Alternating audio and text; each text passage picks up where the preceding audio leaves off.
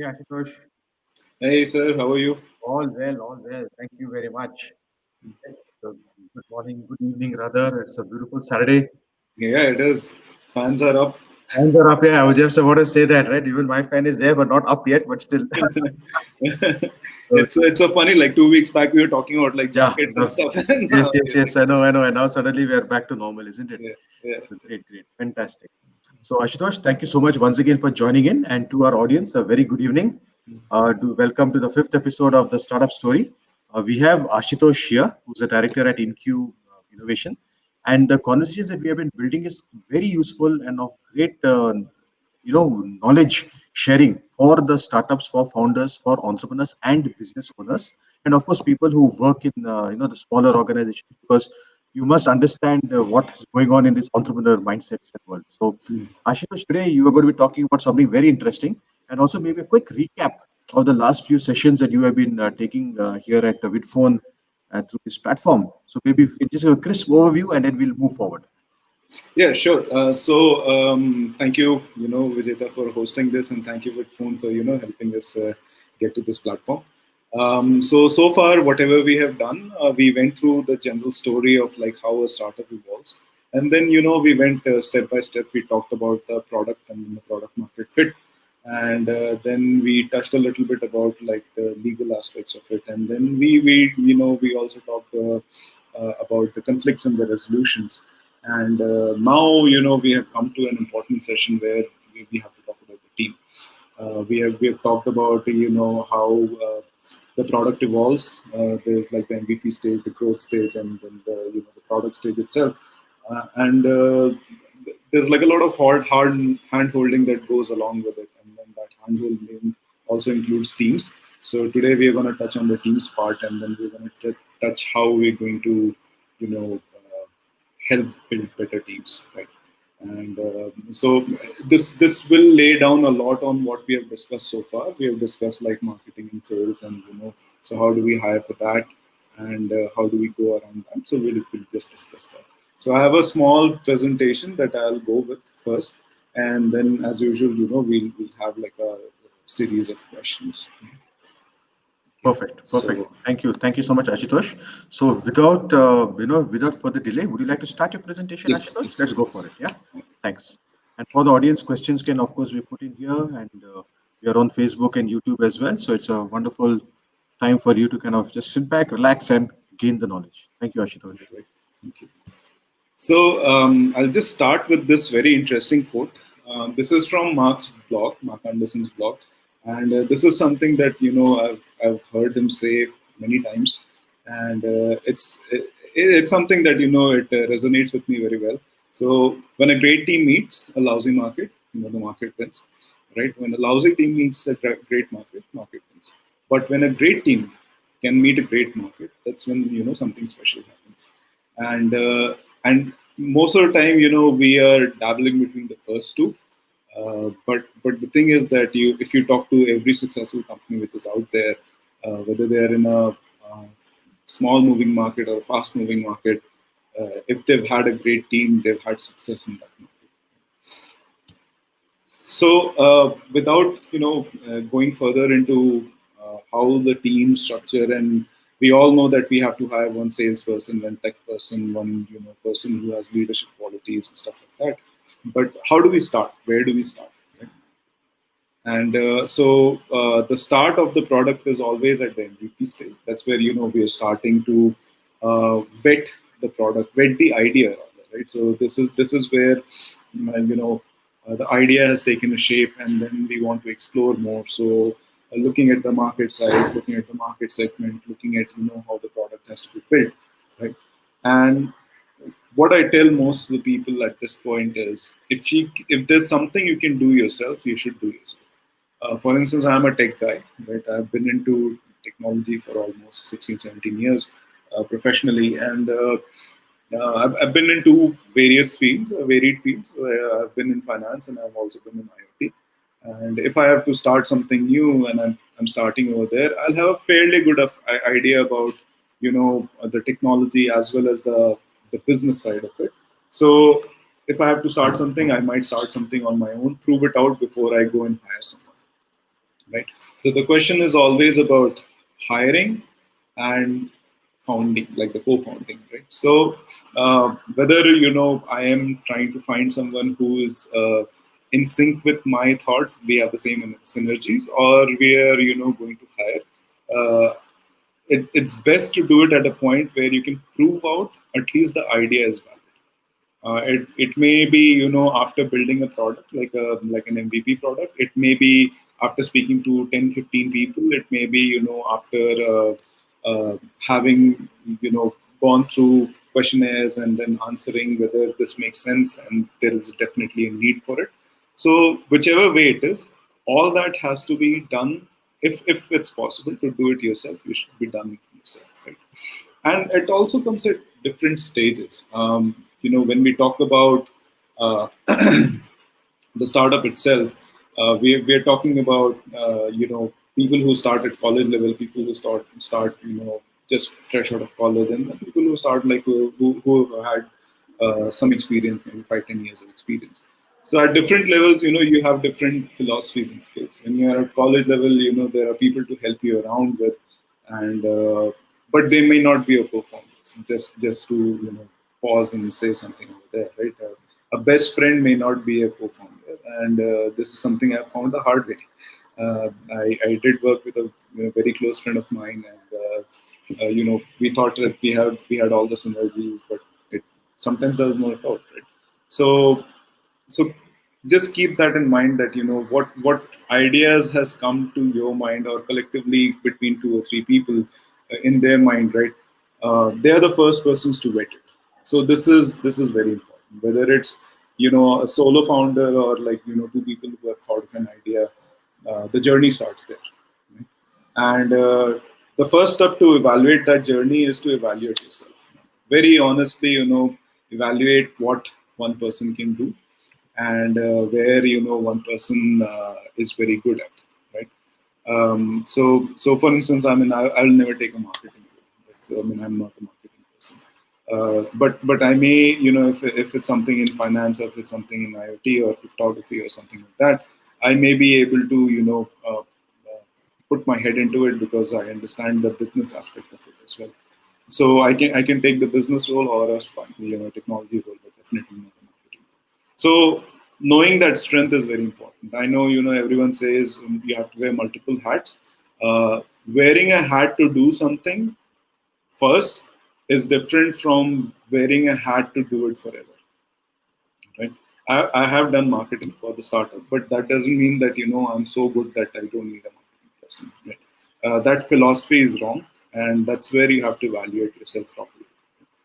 Um, and and the third thing is, like, you should do, obviously you should do what you're great at, but at the same time you should enjoy doing that. Because the startup can get overbearing very soon, right? And that's the ground reality of it is, if you have to hunt for clients, or if you have clients, you're meeting their demands, or if you have like clients who with a very polished product, and then you go and look for other clients, right? So it's always a very demanding business. So if you're not enjoying what you're doing, you'll be in trouble very soon. So you know do what you're great at and what you enjoy most. And finally, as I was saying, find competent co-founders and not the emotional ones. When I've been in with the startups for almost since 2007, so I've been with startups for a while. But even then, when I started my first company, uh, I had an idea, and then I discussed with a friend of mine, and so he was great at marketing. Right? So we started the idea ourselves. Um, but then he didn't have that understanding of what we were trying to build, so that disconnect was there from the beginning, right? And then soon enough we realized that maybe this partnership was more on the emotional aspect of both being friends, rather than being like very good at it. So we parted our ways amicably, right? So that's very important. You don't hire just because you know someone who's very good at it. You evaluate their skills as objectively as possible. It doesn't matter whether it's in the family or friend circle or close wise. So that's the MVP stage. At this stage, most of the work has to be done yourself. You are the culture, you are the product, you are the the company, right? So it's important on how you build yourself, and being truthful to yourself is the best way to go around it. And then comes the growth stage. So here is something that what I like to call as a team market fit, right? Hiring for the market. Right? So we are at a stage where we have built an MVP. We have proved out that this product has a market. We have proved out that there is a need for that product in the market. Hmm? There are two different things, right? So having a product in the market and having the need for the product. So once we have a need for a product in the market, uh, what we want to do is we want to furnish that need. And to furnish that need is furnishing what the market demands. So the team hiring should be relevant to that, right? So so when, for instance, building an IoT team, for example, um, in the MVP stage, you build something out, and then you have customers, right? And then the customers like it, they have given their feedback, and then so there are two major hirings that have to happen. Right? The first hiring has to be like developers who can support the customers, and the second hiring has to be on salespeople who can go and then find other customers, right? In the similar field. Right? So it has to be a team market. Right? Everything at this point has to fit, what we have built so far. And the most important thing at this point is the culture. Oh, spelling culture is wrong, but the culture and the HR policies. Right? And for HR, I always say, I think we said it in the last meeting, and the one before that also, is that spend the money and hire someone, or spend the money and at least get all your documents in place. Uh, Understanding the culture, understanding the policies is very important, because you're defining, you're going to hire someone at this point. They're going to, and then if you're successful, maybe the first hires will be like 5 or 6, but then under them you'll have more people, and under them you'll have more people. So that once the hierarchy is formed and the culture is not there, right, it becomes a problem. And it has been a problem with a lot of companies. Uber had this problem, Zendesk had this problem, right? So Zendesk being an HR company, right? So they had this problem. So it's a very matter of fact thing that the HR policies and the culture is different. What you are, what your product is, and how you want to take it further is very prime, right? You can't be shouting at your customers, you can't be shouting at your vendors, you can't be shouting at your employees. That's like, at least from me, if you have to ask me culture, that's what I would define as a culture. Right? Not losing patience, and then doing the things in the right way. So that's how, like, I define a culture. But whatever fits the bill, whatever fits your way of, like, when people ask, like, what's your 5-year goal, what's your 10-year goal? So your culture defines your goals, your culture defines your company goals as much as your product, right? So that's very important. And the other thing that I say is that a lot of times what happens is, especially when we are hiring CXO positions, especially marketing or technology, we hire people who have like fantastic ideas, right? But then there is a point when in your growth stage where instead of executing those ideas, you need people who can execute the market, right? Whatever is the need of the market. Yes, I'm not saying I'm against the founders, the explorers and stuff, and actually I talk about it in the next slide. But maybe at the growth stage, it's not that relevant. At the growth stage, what is important is, if you have understood the market, then you build for the market. If you have understood that the market doesn't need this, then you pivot and then you do something else. Whatever it is, this is the time to execute. It could be that you're working with a big organization if you're a B2B company, or if you're working with like 100,000 customers if you're B2C, and then they want a change. There's a bug, right? So you want to execute and finish that as soon as possible, and then move on to something else, right?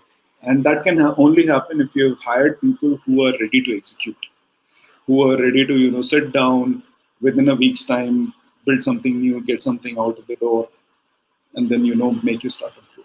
Right? So the foundation should be always to hire people who execute, right?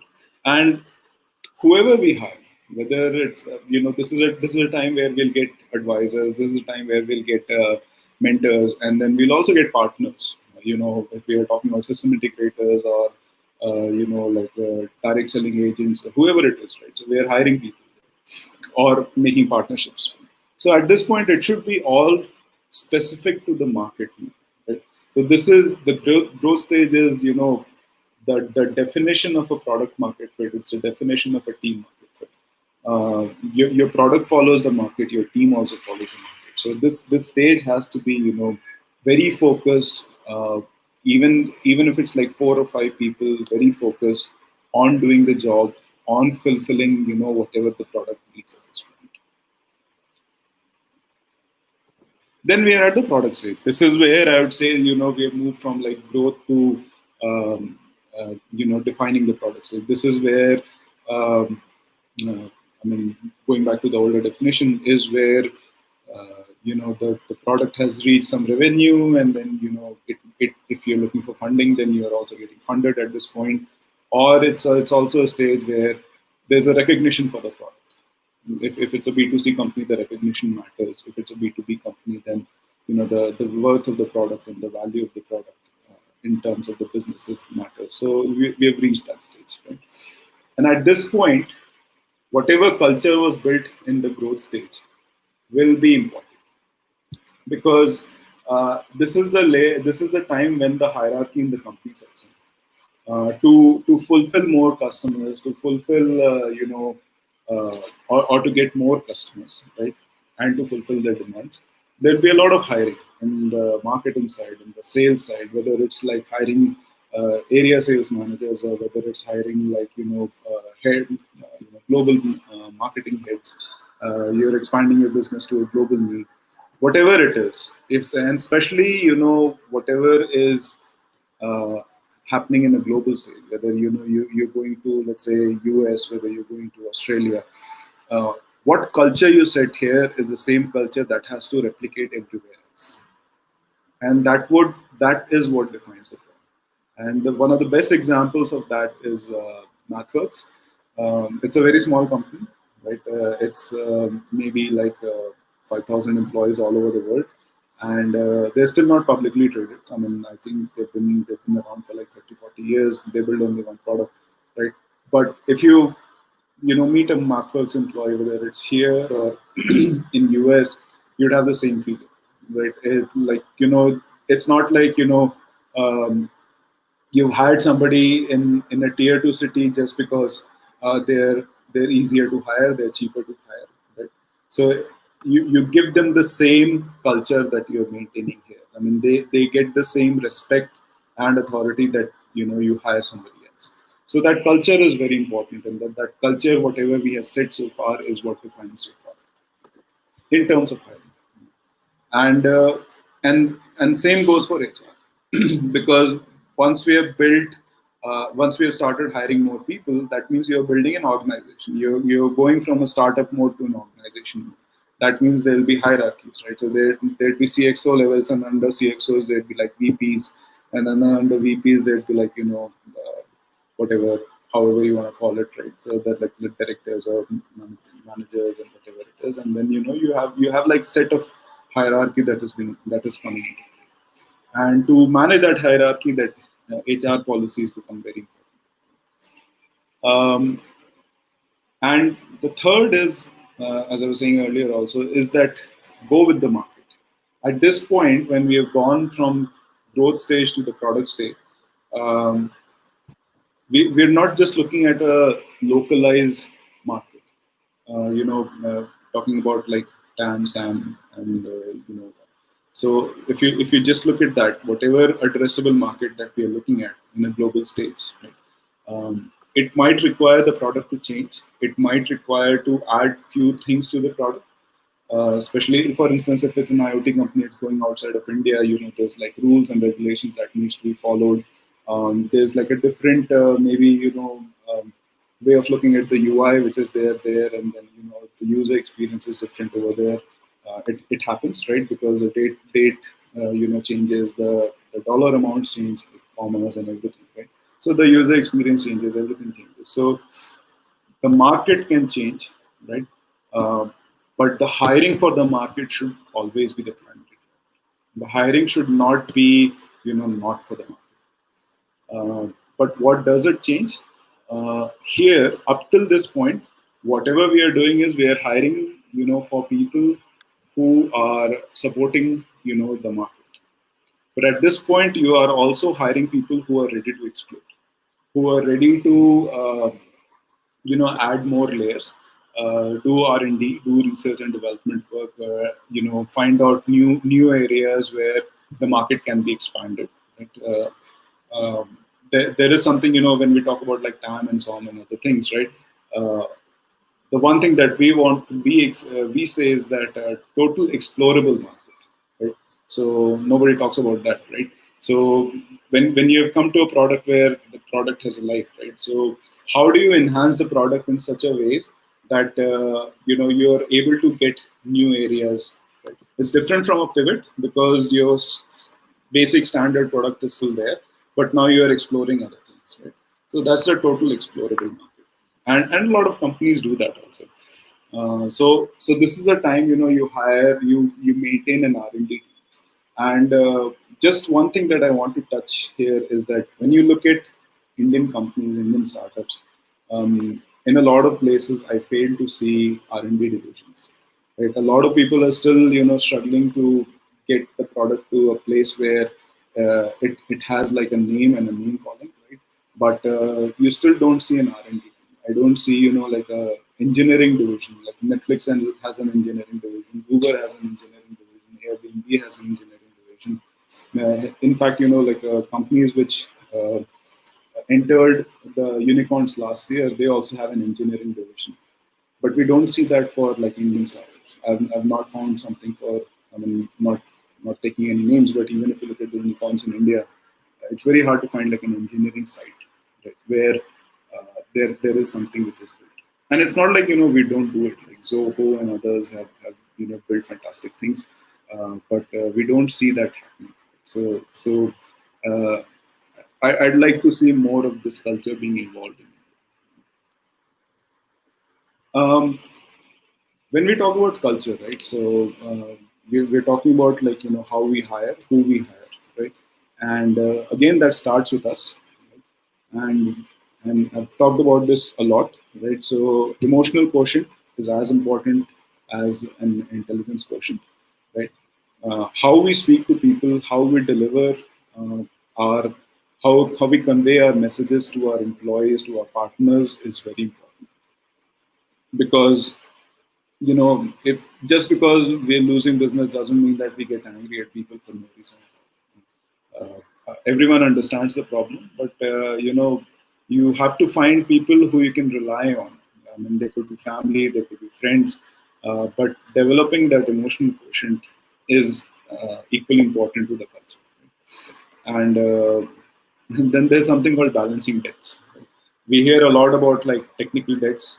Everyone talks about like how to enhance in technology, how to use the right technology, whatever microservice architectures and monolith architectures and stuff like that. Right? But then equally important is the emotional debts, right? How we are handling the customers, how we are able to talk to them, and going back to our last discussion about like conflict resolution, right? A good conflict resolution always synergizes with the good emotional debt or emotional quotient, right? So if you're like balanced in your head, you'll be able to resolve it. Right? And the third, which is a personal favorite of mine, is honesty and transparency. Ever since we started the company, whatever situation we were in, we kept a very clear communication with everyone. Whether we were making good money, whether we were making bad money, if we were not making any money. So whatever it was, we kept the honesty. Right? And knowing very well that the attrition rate in India is very high, and then people can leave us at any point. But knock on wood, it didn't happen. So we attribute a lot of that to honesty and transparency. We feel that when you are hiring people, when you have people in your team, especially at the growth and the MVP stages, it's very important that we communicate everything very clearly to them. And uh, just correlating to this is awarding people, right? Smallest of gestures, sending out an email thanking that employee for doing very good work, thanking the team for doing that work, or just taking out people for lunches and dinners. It matters a lot, right? It ties up to the their emotional pedigree, and it ties to the emotional pedigree of the founders as well. And this is very important. Right? So always show gratitude towards the employees. You have to remember, right? So when we are starting a company, we are not in a position where we can pay a lot of money, right? Because we are most likely bootstrapped, most likely running on whatever money we are making from revenues, right? So whoever is there is helping us out, and letting them know that we really care about that is important, and then that always comes from the awards. And just the next step of that is investing in the people, right?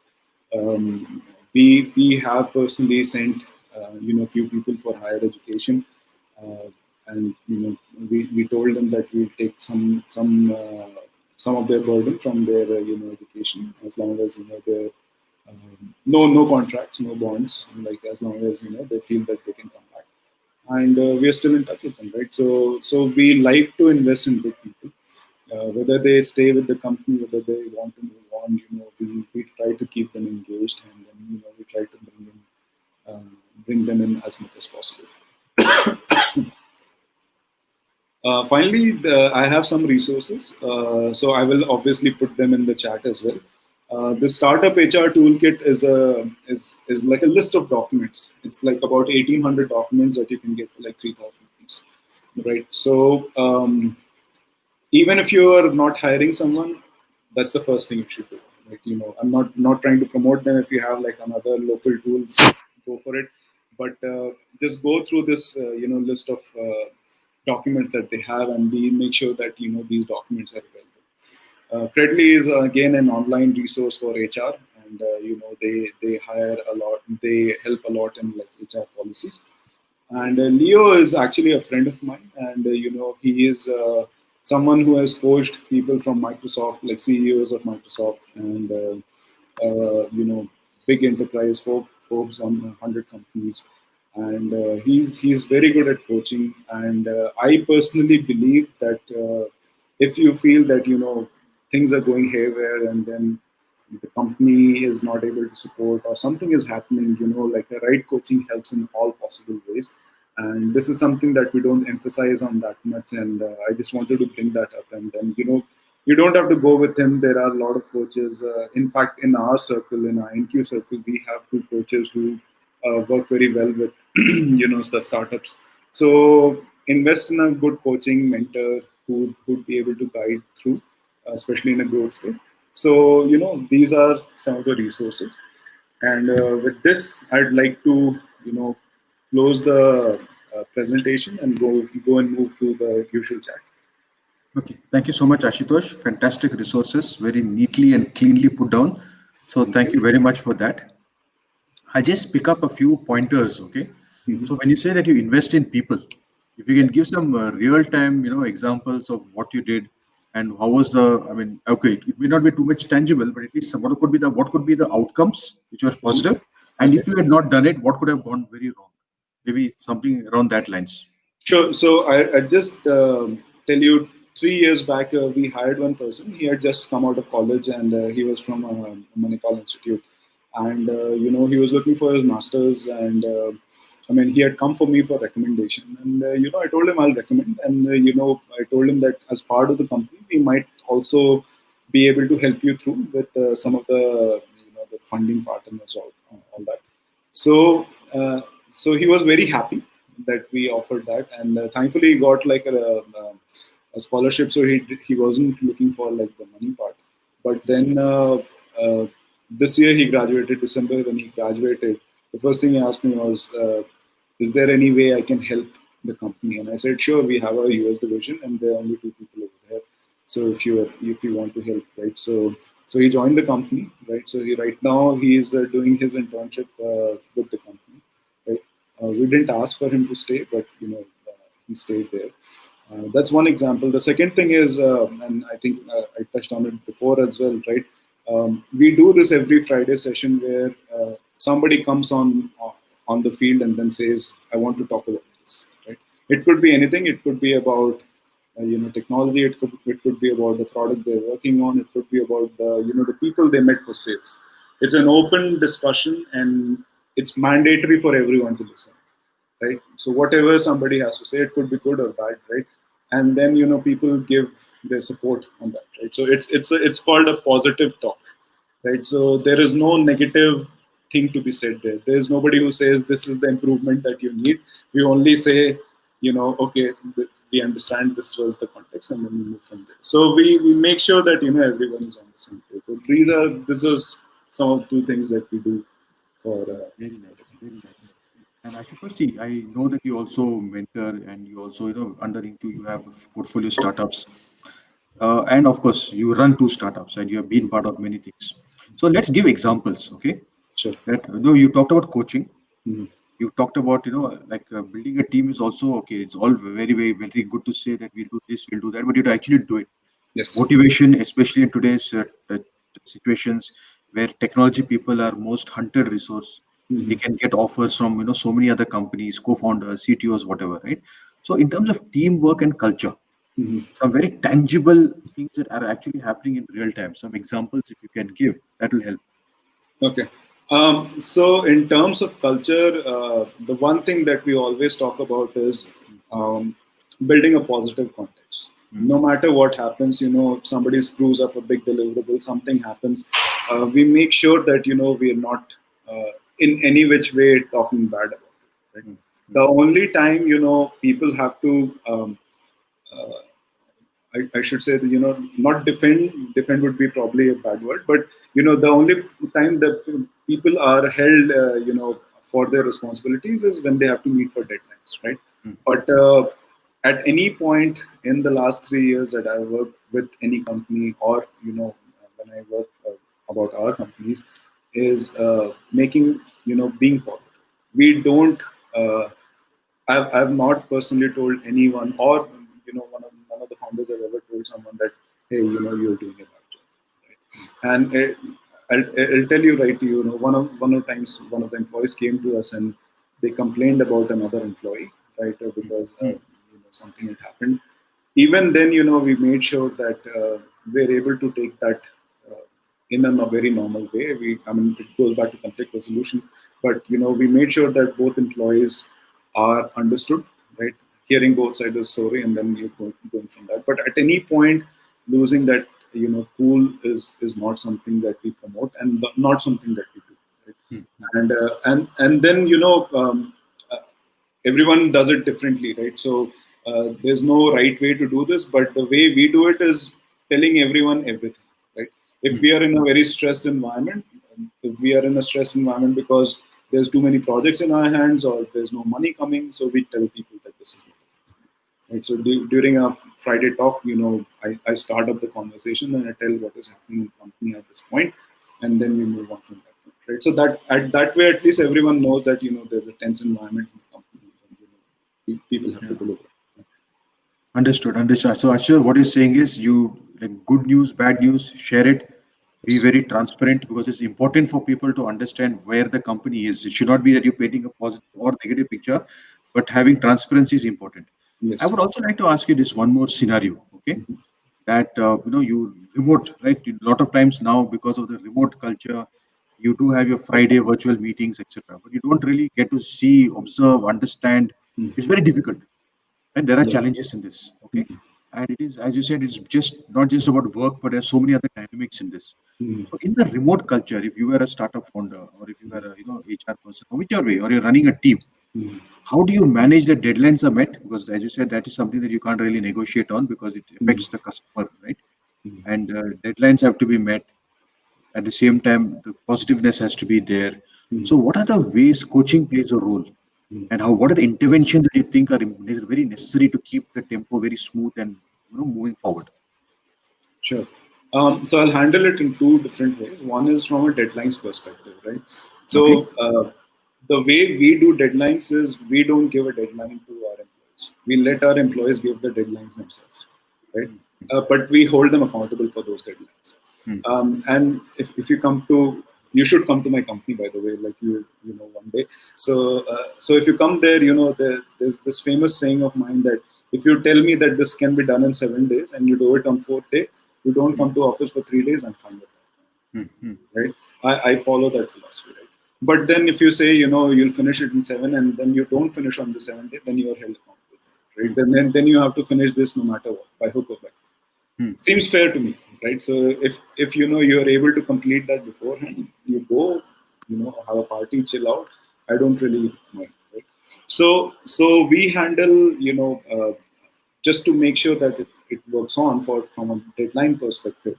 That's one part to it. Let the employees only give the deadline. Right? The second part to it is we do meet every day once, right? And we make sure that over chats, I'm available till like 1:30 at night. So so through chats or through Zoom webinars, Zoom calls or something, right? So we make sure that we put ourselves down where we are, and if there's any help required, right? If there's anyone else required who can do this work, and let's say if it's a 7 day deadline and fourth day if we are at 40%, then we pull in some more resources, right? So that's how we handle the deadline part of it. But as far as the HR policies and all, it's a little tough right now. I'm not going to say that we've cracked that model. It's a little tough right now. Two times during this period, we had some issues with HR, and the only way we were able to handle it was we met at the office, three people, one HR, me, and then the employee, and then we talked it out face to face. That's the only way we have been able to do it. With one of my US employees when it happened, so we did it over Zoom call. But then what I have made sure is that every now and then I call him and then make sure that he had a personal issue, and then so he was not available for a few weeks, and that not only impacted the timelines and everything else. So that's something that I can't bring it on my own, but every now and then I make sure that I talk to him and I understand how are things going and then how to improve that. Right? So that remote aspect we always had, because we have teams which are across continents and across state lines. So we always had that. But in terms of conflict resolution, we have done it face to face. Hmm. Right? Hmm. I mean, we have not seen it go any other way. Yeah, it's important because if you let it fester, it's going to blow up on the end, and people are watching, observing, Yes. and it can create a lot of problems. Yes. Fantastic, fantastic. Okay, so now I'm just going back into your, personally, what about you? Like, how do you get coaching and mentoring also, like Ashutosh? Because Mm. you are so immersed. I mean, I know you have a technology background, etc. But leading teams, you have to do sales, you have to do so many things, correct? Right. Where do you think that? How do you identify that? Okay, you need to build a great team. You're part of the team. What do Mm. you think needs to be done? Like for yourself and for as a, if you were and this is like I'm asking you, this is for the other founders or listening in, they should not say that I know everything. Mm. Like how do you know your gaps and how do you make sure that you're a team player as well, despite being the owner of the organization or whatever it is. I mean, the best way to do that is read as much as possible, right? Mm-hmm. I think whatever information comes in hand, that's worth reading. For instance, this whole transparency culture, right? The first time I read about it was in there's this book. I'll show it in just a moment, right? It's the best book you can get, right? So it's a collection of memos from the MD of Bearstearns, right? So it's like letters he wrote every day to his employees, and it goes all the way back from '78, and they used to talk about like, oh, the smallest things that we got appraisal from this, and then the company. Mm-hmm. So I read that long time ago. I read that in like 2010, when the Western had crashed, and everyone was talking about that. And but it stuck with me. Right? It's a book that I bounded it. So I said that this book needs to be kept separately. So I'm very big in sharing books.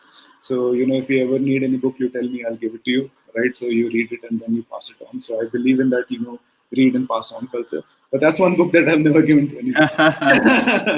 Thank so, you. so, Good. so that book I've kept with me, because I read it every now and then. Right? So it's just very reassuring, right? So, but other than that, there's like a lot of books that I keep on reading. There's a lot of articles that I keep on reading about people, how they handle situations. Harvard Business Review is a very good place if you want to invest in, and they have like a section. I'll just put one link here. So this is from today, right? So Okay. I was reading this today morning, and I'll just put it out here. So it's like 2-minute morning practices which will make your day better. So it gives like a 3 points, right? So that you should do, like you write down what will you focus on, what you want to improve on, and then you do that, and then you do it. It's fantastic, right? It asks only for 2 minutes, right? So you can give 2 minutes of your day to this. So I keep reading these articles. I keep investing in making sure that I'm able to put the right foot forward. Yeah. And I'll just share this book, the memos from the chairman, also here. It's a must read for everyone. Right? I would tell if you get it, even the Kindle edition of this, get it. It's a very phenomenal book. There's like 1 page or 2 pager of everyone's description, and this is the one that I'm reading right now, which I'm very fascinated by. It's called Algorithms to Live By. Right, so it's using computer science to make daily life decision. So I've just started reading. So I mean, but so far I've liked whatever I've read. So I thought I'd share that as well. That's very kind. That's very kind. There's, reading, sharing information, all this goes a long way in building your skill sets, your knowledge, and ability to face to the world. Right? Today we have so many challenges. We got to be ready for anything. Yeah, and it also helps you surround yourself with the right people, right? Yes. I mean, Yes.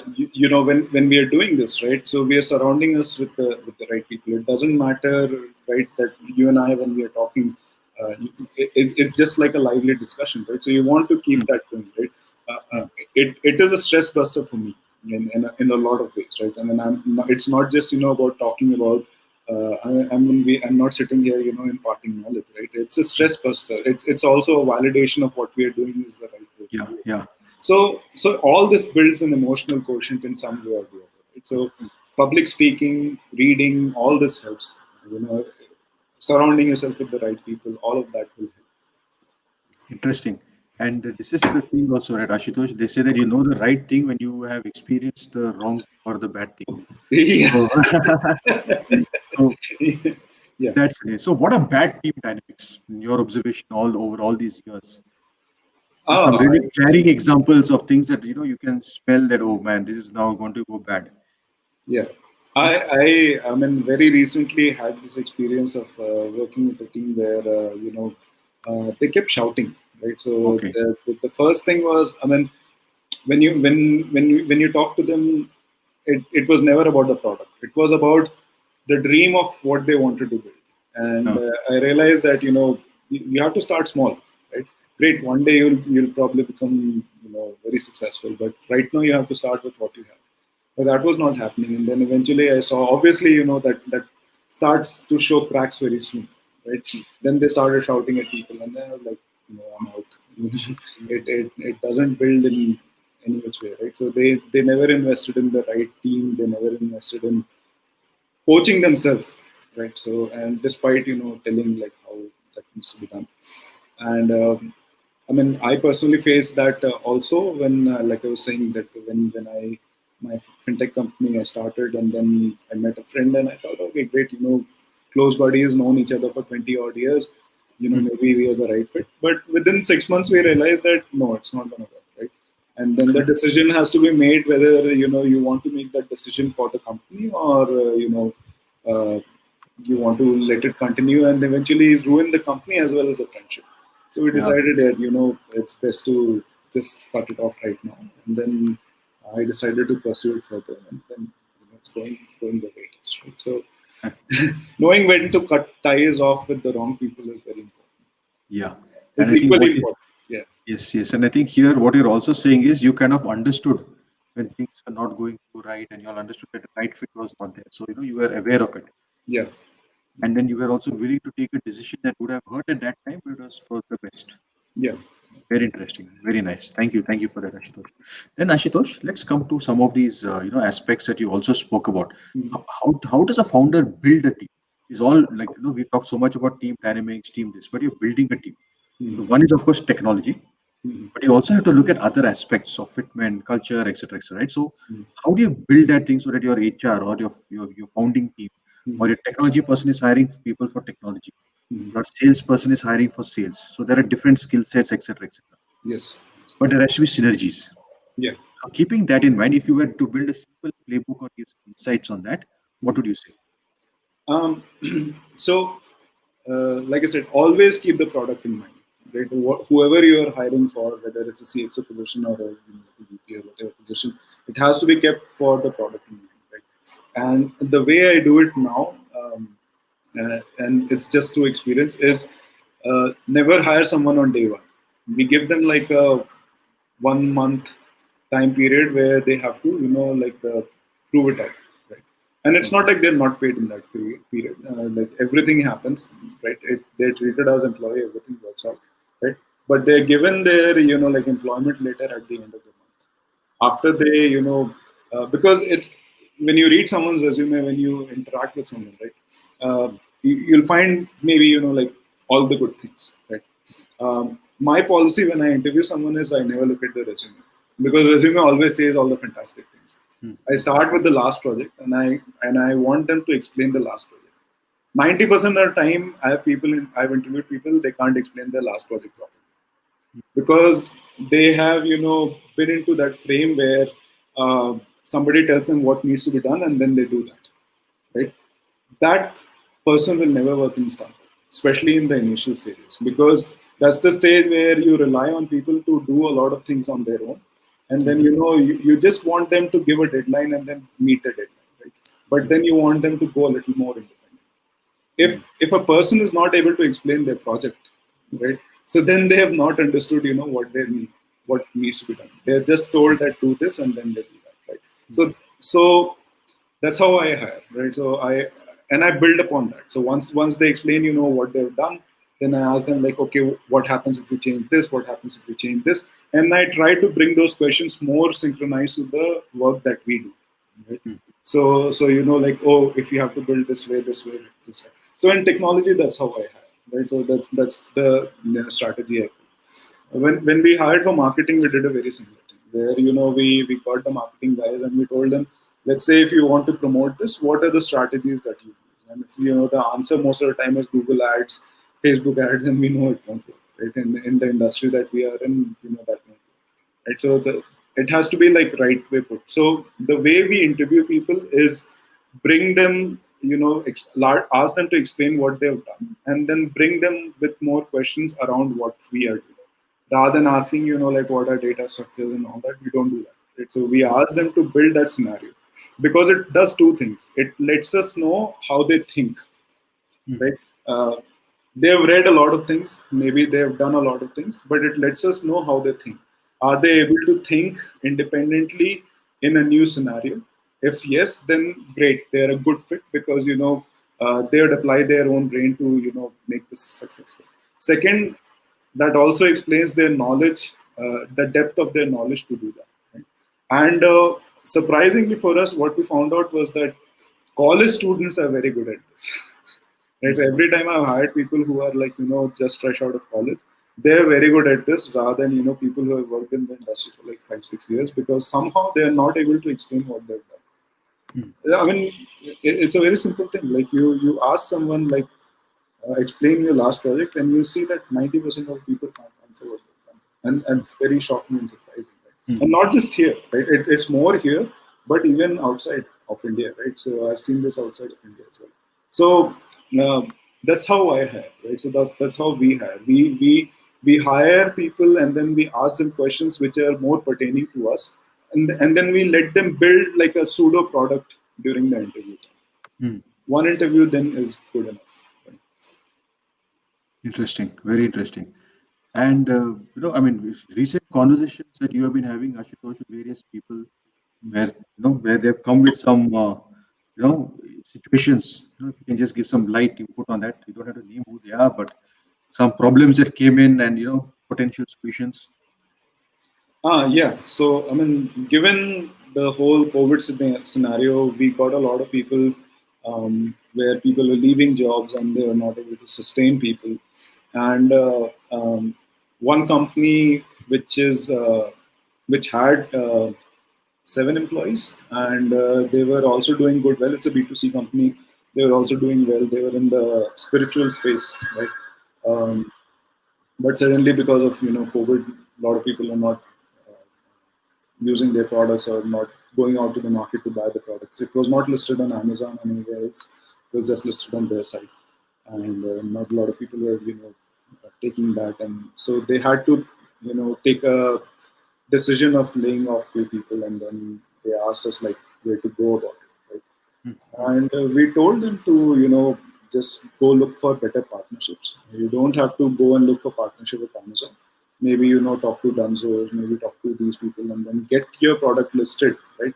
Because 2 year like 1 year ago, the best place to get your product listed was maybe Amazon. But Mhm. now from like Swiggy to everyone is delivering food, everyone is delivering items, right?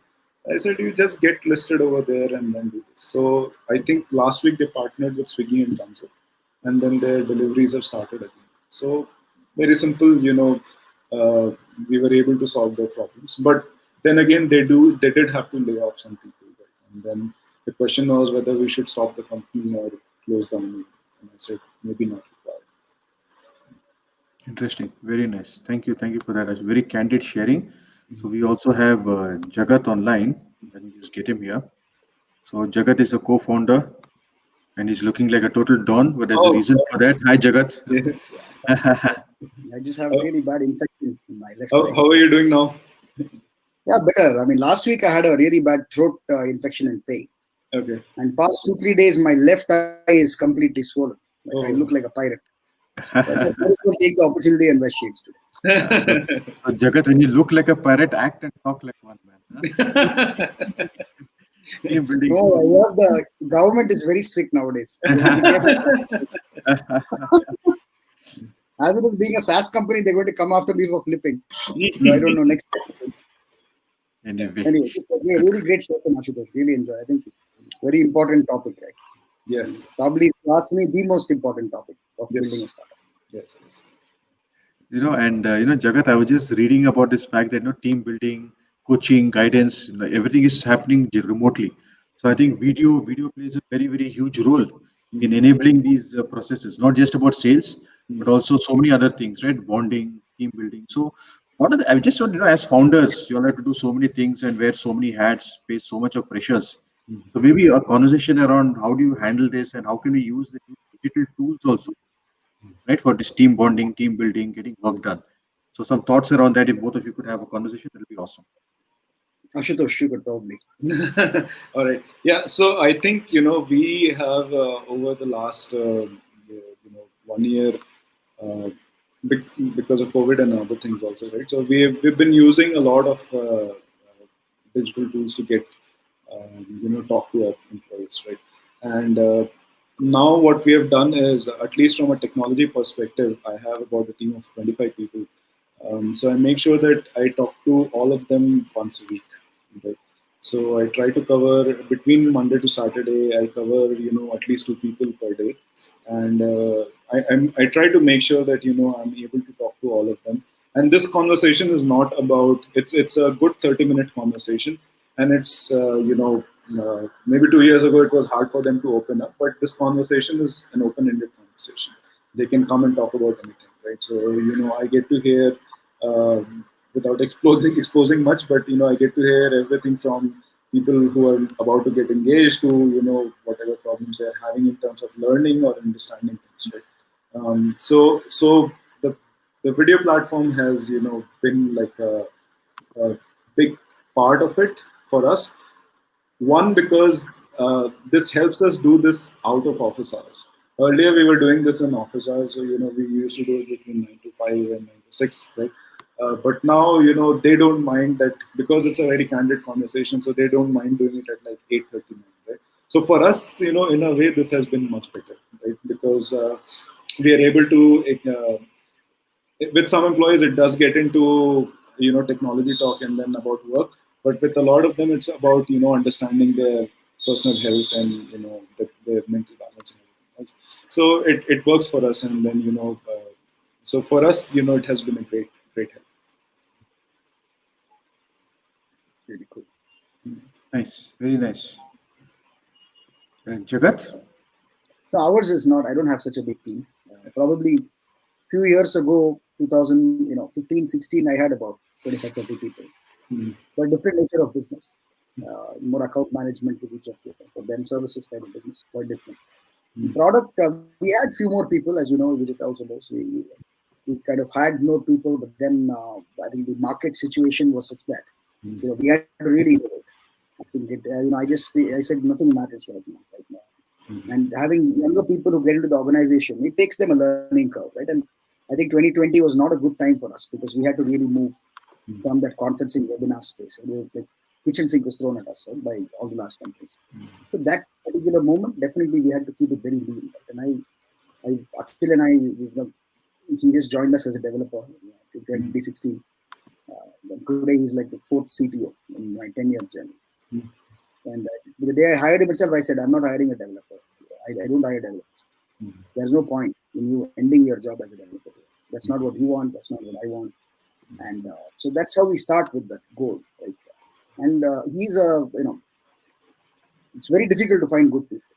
Yes. I mean, good people like not just technically brilliant or guys with experience and demanding some kind of salary. That's not what I'm talking about. I'm talking of guys who really live to build products.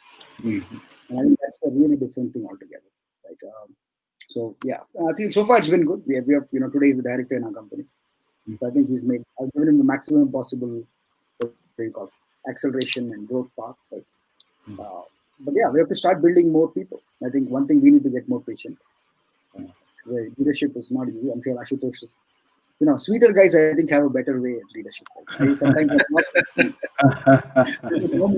definitely, I think that happens. I'm working 24/7. I'm sure all of us work, but we have different ways probably of being polite or using the right words. Right? I'm not very good at it. I'm very blunt. Next minute you come to me, it's like back to normal. I think what happened. Right? We understand our working styles. Right? I think that's like very important. In a team, I think it's not about having a superstar or two superstars come together. Those things don't matter. Right. I think it's really about can you be complimentary? Yeah. And can you compliment? And you touched on a very good point, right?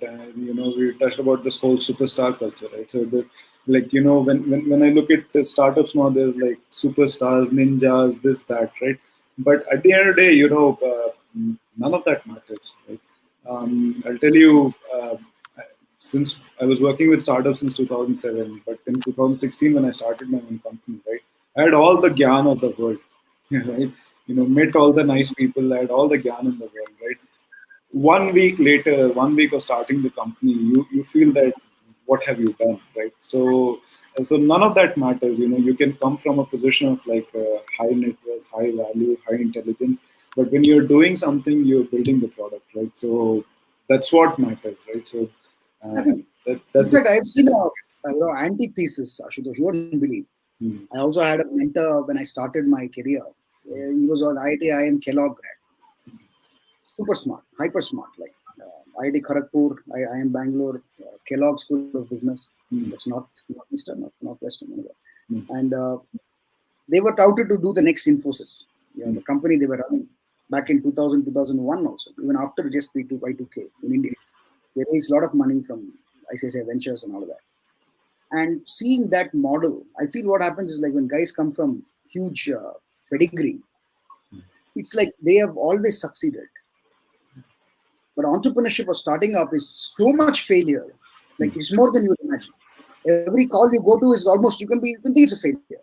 Like go with that mindset. You know what I'm talking about. It's nice to be optimistic, but the amount of rejection we get from customers, from investors, from team, I don't think guys who really so-called do well in classes, like just score marks, like they can't handle that failure. I think I've kind of realized it's really tough for them. They get hit 2-3 times and they can't react. They're like, okay, I'm out of ideas. But I think for people who, I mean, I'm also from NIT, so I'm not from, I kind of not that bad academically, reasonable. But really, I think one is the networks. I think that's the main thing, right? In entrepreneurship, it's the networks that matter. I think where these people are coming from, the IIMs or IITs or stuff, there's an established network, right? So the VC will be your friend, merchant bank will be your friend, investment bank will be your friend. It's a good network. That's, I think, a big positive. But yeah, otherwise, I think, we've seen, and I think if you see the Indian startup story itself, the whole results, there is no exits. I mean, there are hardly any. And it's been 10 years since the ecosystem has started. So everyone, I think, should think through what they're doing. Yeah. So really, working relationship. I think that's the only way to build it. Day after day, for 5 years, you do it. Then you become like, almost like a family. And it is like a family. Right? Yes. I think that's the only way to do it. And also, I guess, one thing I've understood, see, a team is not just about the direct employees or whatever, right? Your team is who has your back, your advisors, your partners. They're all today, it's like informal teams and relationships that you're building.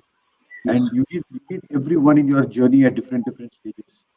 So understanding those things and building that goodwill and whatever culture, etc., makes a big difference. Yeah, I've seen that in many successful founders over the last 5-10 years. They know that it's important to build that cultures and teams and relationships, and they work on it. They put in effort on it. It's not just like lip service. It's work. They do it. Yes, Interesting. 100% agree. Right. I mean, when you're building your team, it's not just about your direct employees or co-founders. It's about the advisors, mentors, everything. Correct. So I mean, see, for me, I've of course come from enterprise world, Taj and those large teams. Yeah, I mean, Reliance and Urban Brands, whatever. We are hiring huge teams for stores. We're hiring huge teams for rollouts, city rollouts, state rollouts, country rollouts, hotel. 250 people for a hotel, 400 people for a metro store, and whatever. Right, a Reliance store. Each store is 30 people, whatever it is. And so many clashes keep happening, so many disagreements and team dynamics. It's madness. But you have to manage it. Yes. Because and you should not let it become so good or bad that a customer gets affected or the overall vision and mission is messed up. Right. So this is it's the most important. Right? I think one point to mention is I think there are two types of startup teams. One are teams that are, I would say, funded. That's a big difference compared to the way you would run a bootstrap company.